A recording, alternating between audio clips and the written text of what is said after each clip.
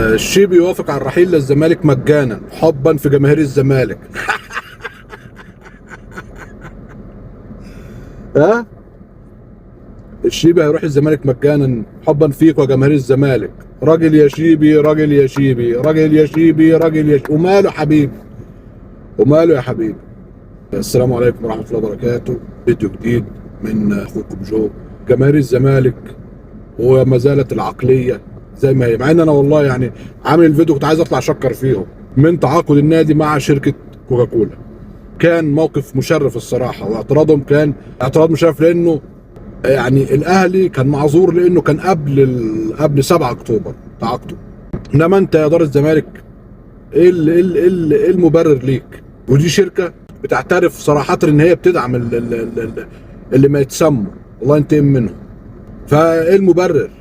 فانا شفت تعليقات وفيديوهات كتير من الاخوه الزملكاويه، الاخوه جمهور الزمالك، لان انا يعني عندي مصطلح ان الاخوه جمهور الزمالك دول شيء، ولما اجي اقول بليله دول شيء، بتوع البليله دول شيء. ليه؟ لان الاخوه جمهور الزمالك المحترمين رفضوا ده دعما للقضيه، فدول جمهور واعي وعاقل له كل الاحترام. في مجموعه البليله اللي هم راجل يا شيبي، راجل يا شيبي. راجل على ايه؟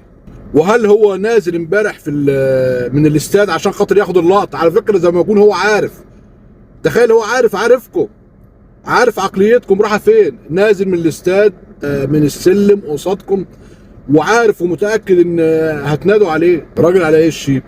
ولا راجل ولا حاجه. ويسلم حسين ابو كف اللي عمله. يعني حسين ابو كف احنا لومنا عليه وبهدلناه وقلنا للنادي اخصم عليه وعاقبه، بس دلوقتي بعد اللي حصل ده ودكها، لو خدتوا بالكم في الفيديو لما حسين راح يعتذر له قال له بس انت شتمت امي وزوجتي واهلي، فدكها اعتذر له. فهو انسان يستاهل ويسلم ايد حسين ابو كف. ولولا ان انا عارف النظام في اداره الاهلي والسيستم في الاهلي ان عقوبه الفعل اللي هو عمله ما ينفعش الاهلي يرجع فيها، كنت طلبت من اداره الاهلي ان هم يشيلوا ال 500,000 اللي على حسين الشحات. تمام؟ بعض الجهلاء اللي بيطلعوا على الاعلام ومعرفش يا جماعه في مستوى للاعلام، انتوا دلوقتي بتطلعوا حاجه ناس متدنيه يشوفها عيالنا يعني حرام، ما ينفعش. مش اي حد يطلع على الاعلام. لما واحد يطلع يقول لك اصل لو حسين كان عامل ما كنتش سبت الملعب، والتاني يقول لك اصل كنت اضرب بالقلم. انتوا كنتوا بتلعبوا الكوره وماله، على عيني وعلى راسي، انما ما ينفعش مش كل من كان بيلعب كوره يطلع يتكلم يا جماعه ويطلع يحلل، ما ينفعش. لا رضا الهجاص ولا اسمه بوسبوس ولا اللي كانوا طلعوا مع اسمه ابراهيم عبد الجواد ده الزملكاوي ده. ابراهيم عبد الجواد نفسه طالع يقول ميه نار واستنى زوجته ومش عارف ايه اللي بتقوله ده. ايه انت اعلامي ايه؟ طالع تقول ايه؟ فالتدني اللي احنا نازلين فيه ده هنروح بيه لحد فين يا جدعان؟ شيء مقزز وشيء مقرف.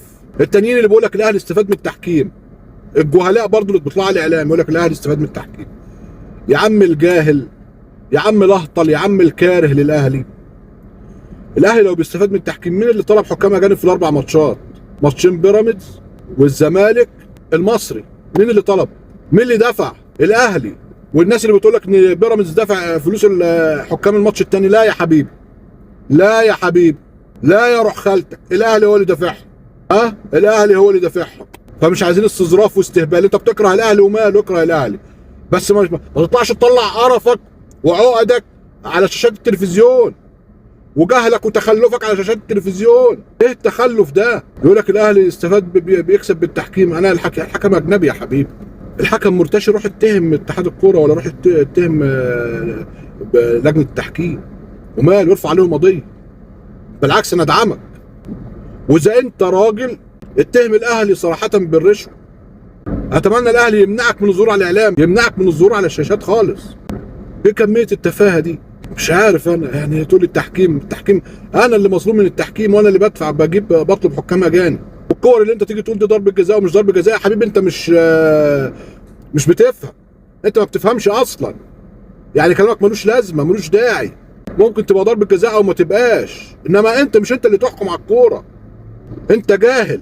النقطه الثانيه بقى، بعض بتوع البليله برضو، بتوع البليله، لان بتوع البليله دول الجهله، يقول لك ده احنا هديناكم النقطتين. شكرا يا حبيبي، شكرا على النقطتين، بس احنا مش محتاجينهم. وبيراميدز اللي انت تعادلت معاه ده اصلا الاهلي بعته لك مخلص، الاهلي مخلص عليه تماما. فانت ما تفتكرش ان انت يعني ليك فضل ولا جميله، لا يا حبيبي، الاهلي خيره سابق عليك وهيفضل سابق عليك. ماشي. الاهلي هو اللي صعدك لبطوله دوري ابطال افريقيا. ماشي.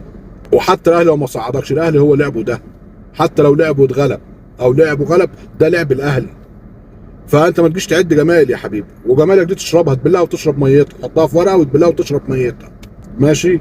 الاهلي اصلا باعت لك بيراميدز مخلص اصلا، يكاد يكون ميت. على فكره يا جماعه دي نضاره نظر، عشان ما حدش بس يعني ايه، يعني قلت لابس نضاره الشمس ولا حاجه، احنا بالليل. فاحنا باعتين لك بيراميدز مخلصين عليه تماما. انت ما قدرتش تكسبه دي مشكلتك، اتغلبت منه دي مشكلتك، اتعادلت معاه دي مشكلتك. ماشي. كان في مقطع للاعب احمد عادل كان بيلعب في الاهلي، وقال لك انه الحكام بيخافوا من الاهلي. وشفت تعليقات جمهور الزمالك بقى حاجه ايه يعني، شفت الاهلي يا حبيبي بيخاف من الحكم، بيخاف من الاهلي دي مشكلته مش مشكله الاهلي. الحكم بيخاف من الاهلي دي مشكلته مش مشكله الاهلي. ومش انتوا اللي تتكلموا في التحكيم. ماشي. مش انتوا اللي تتكلموا في